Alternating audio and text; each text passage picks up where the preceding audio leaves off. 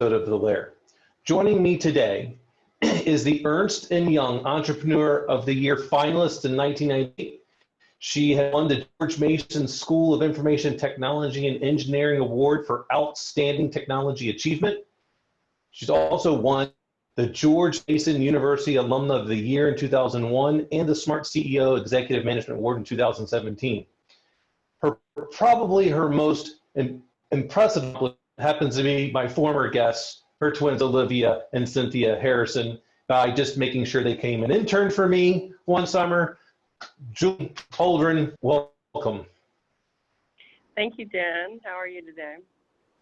Amazing as always. It's always a pleasure to talk with you. Glad to be able to make it out here. So, I guess the first question is starting it off. Where are you spending your summer this particular year? Are you going to be in the Hamptons, or are you going to be in Connecticut? Yeah, both, I guess, until I get it all sorted out. But there are worse problems to have, so I'm fortunate. But and you, Dr. Ford, you will be. I'm always everywhere. It's all a matter of what particular place and time I choose in. And most of the times I would say in just I'm always in the state of my own mind because I can't seem to get out of it at times. As we looking at today's, what's that? I said the mind of Dr. Ford. That's right. So when we're looking at today's, crazy world that it is, we've got everything going on with COVID-19 to an unheard of amount of protests, and even some cases where they're turning to riots. We still hear in the news the amount of universities that are looking to make this possibly mandatory for students, employers and governments potentially making it mandatory, which is contact tracing. And they want everyone to download an app and to check in. And in some cases, which I believe it's already happened in Apple iOS and Android, they've opened up these APIs to these mobile apps. So Correct. As someone that has spent years in the mobile security business, I want you to just how do you feel the security? How do you feel about the privacy? I know that it's a much larger conversation, but that's the first part that comes to my mind, because I can't remember the last time I read the terms and service or the privacy policy of an application, but I'm sure our new generation, your daughters included, are probably not reading them.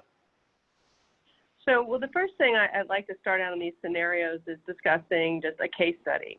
So the world is flat, and obviously this pandemic has impacted to a global audience. I was talking to a colleague of mine who actually lives in Qatar, and she has a phone, she's an Android phone, and she's only allowed to leave her house if the app that the government required her to download onto her phone is green. And the only places that are open currently in Qatar and Doha are pharmacies and grocery stores, and then is a stay-at-home order. So she is only allowed to go out to the grocery store if her app is green, and she has to have it turned on, and it is mandatory.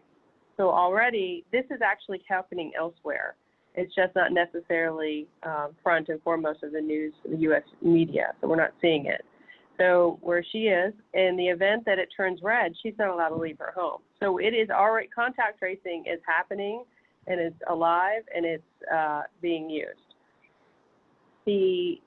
That specific case study is very unique in the sense where they are tracking where you're going through the phone and the device, across the carriers and across networks, and then it will let you know if you've been in contact with someone who tested positive or actually had for the antibodies or is actively having the virus. And when it says red, then you cannot leave. So that's how they're doing this, but it's not at all a fail-safe process. With the thought leaders that are going on within the organization and some of the working groups that I've been part of most recently on these task force is much more related to an ecosystem. So privacy issues aside, to truly do contact tracing would require a lot of coordination across a lot of siloed ecosystems as we know them today. One would be Wi-Fi networks at organizations, corporations, municipal buildings, public areas of organization like malls and churches. Then the cell towers themselves and the communication for the cell towers. So you would have to aggregate the whereabouts and location services on the devices, and the devices would have to be, there's too many scenarios to actually make it effective, where you'd be getting a lot of false positives and a lot of false negatives. And I think there's a great deal of potential that the amount of data that would need to be aggregated and parsed through to get something meaningful may not even be feasible at a global level. In a small, isolated country where the borders are locked down, yes, I can see how that will give you some sense of reassurance, but big picture term and long term, it won't work as it is today. Right, and as you mentioned, these smaller countries, Qatar, it's much simpler for them. I mean, Qatar, I don't know exactly what their overall geographic footprint is, but I have to imagine it's probably on the size of maybe Massachusetts or something like that. It doesn't seem to me, in looking at the map, that it's very big. And when we talk about 330 million plus Americans spanning, multiple time zones and how often we travel, I think that becomes even more of a challenge. But where I really get back to, for me, is the stewards of that data. The government has already proven they are not very good stewards of confidential and sensitive data. I mean, how many times has your clearance been breached over the past several years? Yeah. We had a breach that occurred at the breach with now I can't, I'm blocking all of these OPM, right? The OPM breach, that's clearance data, and the government can't even be trusted to protect that. I mean, that stuff should never have been a system that could have even been close to connecting with the internet, and yet that happened. And now we're going to add in an app to our phones that has the potential of knowing our whereabouts at all time. It knows how fast you're going. It knows, whether or not you're actually awake or not, because depending on what you've got, other things connected to it when you pick up your phone. I mean, there's so many ways in which we can glean other habits of people, and it's certainly something I'm comfortable. I mean, if I could be a little bit more assured that the people maintaining the data were actually competent, might be my mind, but today they're not. And then universities hardly have any type of cybersecurity today, and the cost per record breached in a university is now the highest. I think the last study I read said it was around $400 per data record was breached, which is, I think, the highest. So I think you hit it. It's a false sense of security. There's a lot of challenges that our legislators are constantly bringing it up. Yeah, I mean, I'm in agreement with you, strangely, Dan. We are in the same page on this. But I think that just the civil liberties, the privacy concerns outweighing the public safety is an interesting paradigm that has to be thoughtfully dissected and shepherded by the right stewards. And how that goes about, I think, remains to be determined. I don't think that the current approaches of just putting an app on your phone is going to solve the problem. I am confident of that. It's going to take more of a global consortium to sort out and agree to this scenario, because inevitably and unfortunately, this data is very private information that people would not want to be shared. And then the question is, how do you secure it? And then what do you do in the case of a breach? So it's quite a conundrum that is yet, and I think necessarily won't be solved. The technology exists to solve it today, but the processes and policies are not in place. Yeah, I think that's when we start diving into a little bit more, it's the technology is kind of, and it's not going to solve the whole thing. But as we know today, at least, and as of the data exists today, this was not as deadly as we thought. Now, of course, we did some things such as implemented social distancing and masks and quarantined. But those people that still got it, those that are recovering is at an astronomical rate in terms of those that wind up unfortunately passing away. What happens when we have a real pandemic? What happens if we had the next implementation of whatever the next polio-like disease that could happen? Or maybe something along the lines of an HIV, where it's not something our immune system can actually handle. That's what bothers me, is that the United States, the Americans, the citizens, they are going to not readily accept another quarantine. It's the case of Chicken Little. You got me once. Well, what do you mean this one is? Because they didn't see it. I hope that doesn't happen. I hope our government, which concerns me about President Trump saying he wants to remove our membership of the World Health Organization. I believe we should not remove our membership. I believe that we should be on par with our funding as to the next highest country. Today, we contribute 40% of their annual budget. I think we need to take it to where whatever the other countries are, because I don't want to lose that intel. That intel to me is still valuable. We can lower the limits, but let's go and be what's reasonable. Maybe not 40%. Right. How do you feel about the president saying we're going to remove our membership? So we are all global citizens, and we need to be responsible, and we need to be able to contribute. There are countries such as Brazil and India where the pandemic is continuing to hit, not just the impact on public health, but also their economy. So at the end, this is impacting all of us. We need to step aside from perhaps what's happened in the past and look forward to making sure that it's equitable. But the reality is, if we continue to have an environment that creates this economic upheaval, there's going to be no choice but for us to go in and effectively put in potentially even more investment into these organizations. So I think it could potentially be myopic to withdraw and not be part of this, so that we can get the data collection and be active participants for an organization that its charter is to help solve these types of issues. I agree, and I think when we start looking at ourselves as being global citizens, and the amount of people like, oh, it's time to bring back manufacturing from China, which I always kind of laugh at that absurd statement. It's not really feasible to bring back manufacturing. I mean, they have a lower wage, they have a higher trained workforce, and they have state-of-the-art technology. The United States does not have a trained workforce. We do not have state-of-the-art technology in terms of manufacturing, and our costs are, more than, in some cases, 10 times higher than that of China. So even if we remove it from China, we take it to South Korea, Philippines, or Malaysia, or in a lot of cases, even Brazil in some instances, these types of viruses, it's global.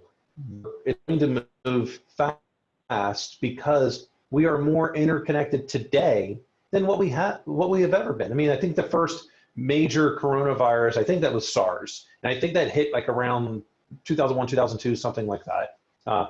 We've got everything from Ebola, swine flu, avian flu, SARS-2, MERS. They just keep happening, and those other ones didn't hit the globe as quickly, but this one did. I think that has a lot to do with the amount of global travel that we have to do. I mean, when you were at your last employer and how you've met a lot of these people in Qatar and Doha and all around, is because you were constantly on a plane. And a lot of us Americans are definitely on a plane a lot to all these other countries, and that the spread can happen very quickly. Well, that's an interesting, yes. By nature of the type of work I do, there's a requirement in many cases to be in country because the communication systems are not secure from different locations to be able to solve their communications protocol issues. However, I was in London when this happened and broke out, and they were closing the borders in London. But prior to that, even a week before London had closed down, Italy had closed down. And watching how Europe, who's much more condensed, and there's much more barriers to entry in between each one of those countries, as we would, that are geographically equivalent to our states. But we don't have the ability to quarantine a state the way Europe can within a country.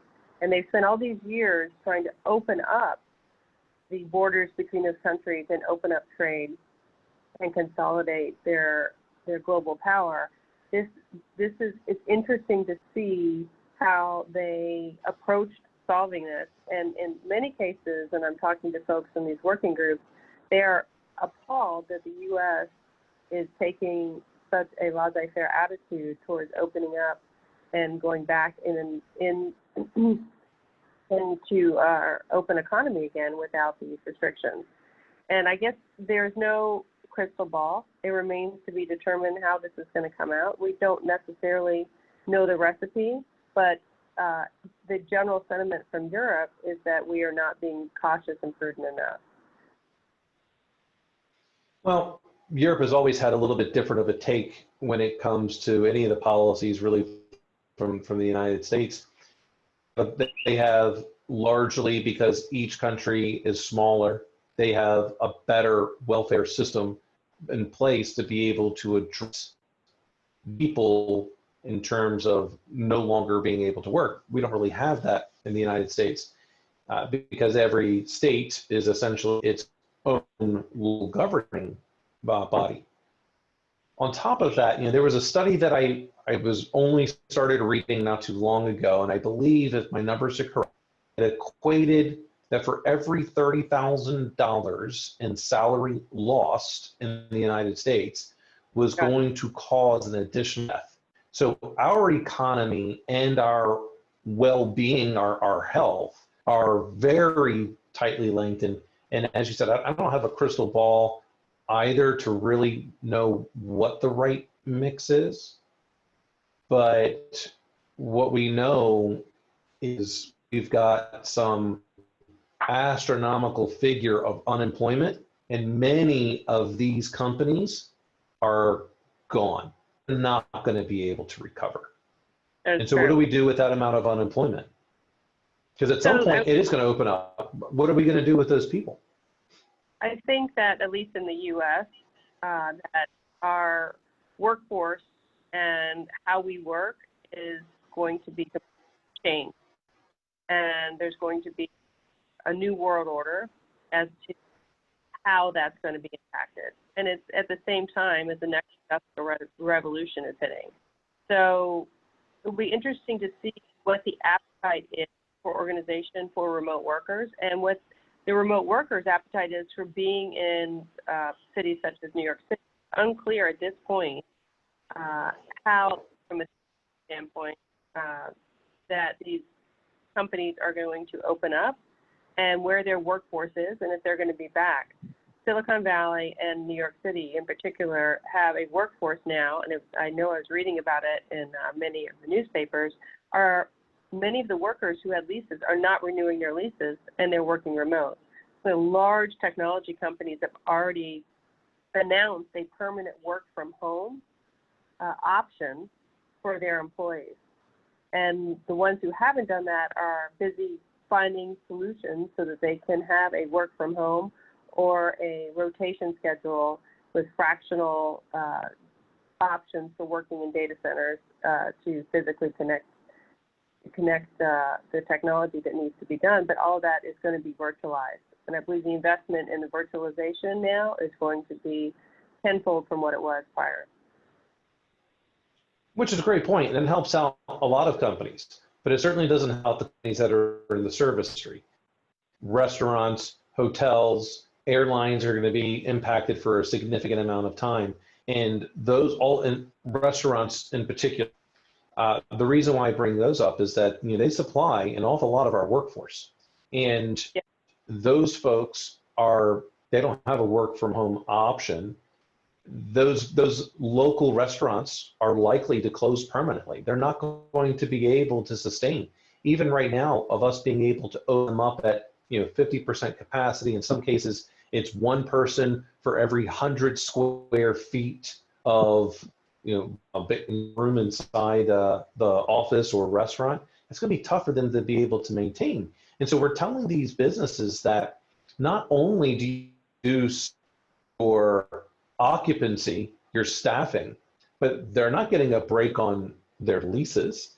And then the companies that have those restaurants and they can't offer a break to those leases because they still have something to be able to make, but the government is not really providing them some type of stipend to offset it. If that trickle, in this case, the trickle down effect hurts all of them. I believe that further, this is going to create an even larger divide between the haves and the have-nots, because those that have, they're not going to be affected that much. They can just come and buy things back up for pennies on the dollar. And those small business owners are the ones that are going to suffer, because now I have another option. I need to sell. Maybe at one point they could have gotten 20 million for their business, and now they're having to sell for $1 million just because they can't afford to. Then you've got people they have to pay. I think it's the longer term effects in the United States are going to be seen for the next 10 to 12 years. Well, prior to COVID-19, there was already a shrinking middle class. And then you had gig economy workers. And then you had the Industrial Revolution. So there was a purpose enough to create a cataclysmic change in the workforce and in the economy moving forward. And most futurists and economists had predicted this. Then you layer on a global pandemic that just fueled that change at an exponential rate. Where it ends up, I don't know, but I do believe it's going to impact the middle class. Economists are saying that. The gig economy workers, to your point, the restaurants and waiters and the freelancers are going to have a very challenging time. On the flip side, if you look up the more positive aspect of this, it also, having remote workers, levels the playing field. Generally speaking, technology, and focus on the technology. Because at this point, the dynamics that existed within a physical office space are now going to be mediated over a virtualized work environment, and the way in which employees are going to be promoted and evaluated is going to change. And it's going to change to much more of a metric KPI evaluation, because they're not going to be there in person. And it's going to be an interesting paradigm to see how this shakes out and to see the before and after demographics of the post-COVID economy, specifically within the technology company sector. I imagine it will impact other sectors as well. I agree. I think it's definitely going to change our workforce.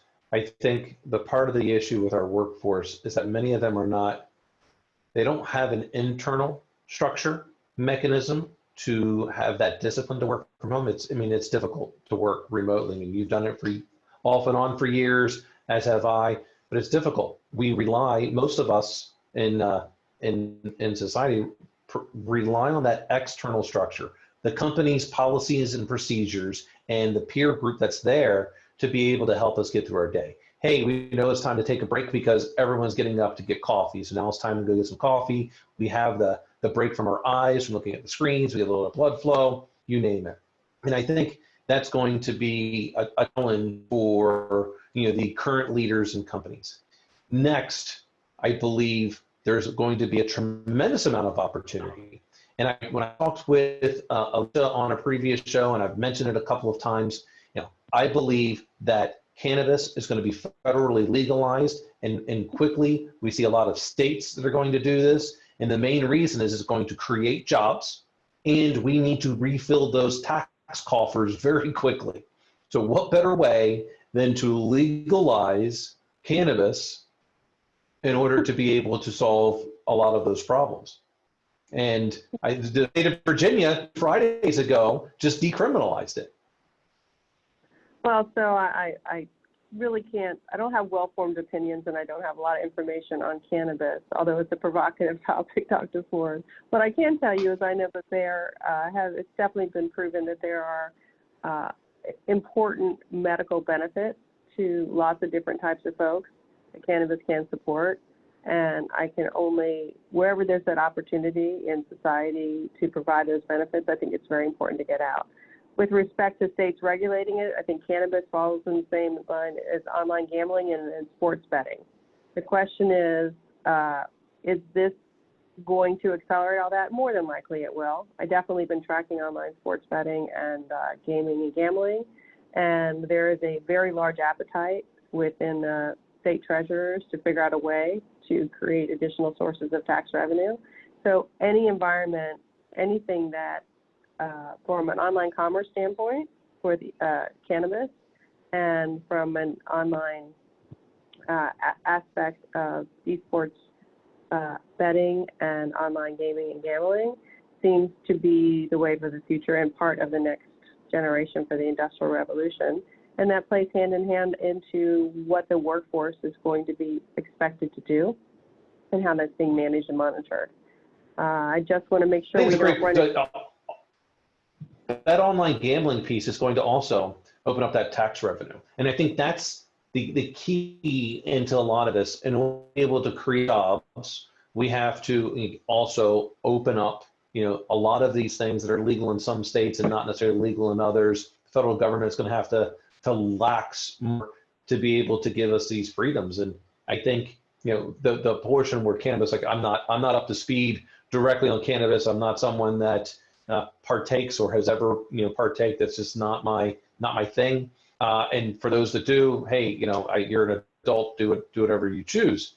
The interesting thing that I've learned is that those that are in the cannabis industry in those states that it's legal, they have piles of cash laying around because no bank is willing to take them on as a business customer because they don't want to deal with the federal government aspect. Have all this cash. So I go, okay, oh my gosh, there's a physical security aspect. There's a cyber security, because if you can be doxxed, I can figure this part out. We move this to the online gambling, and now we're going to see more cyber crime, because now how can I manipulate that system? So I think you're absolutely spot on when it comes to online gambling. It's going to figure out a way in order to get more tax revenue, because money just doesn't automatically appear. And we can't sustain I think the unemployment rate right now is something around 15%. I don't know. It's high. It's right. It's historical means, which gets me pivot slightly. I asked this of other executive moms that are out there, and you're a mom of 3. How did you juggle being a working professional? You were CEO of your own companies, you've been executives of companies, and you've got 3 very high performing kids. How did you juggle? What advice can you give other women out there into the world of Julie Holdren? Well, thank you for that compliment, Dan. What I will tell you is it takes a village. And where I see women and men, parents, become challenged is when they try to do it all themselves.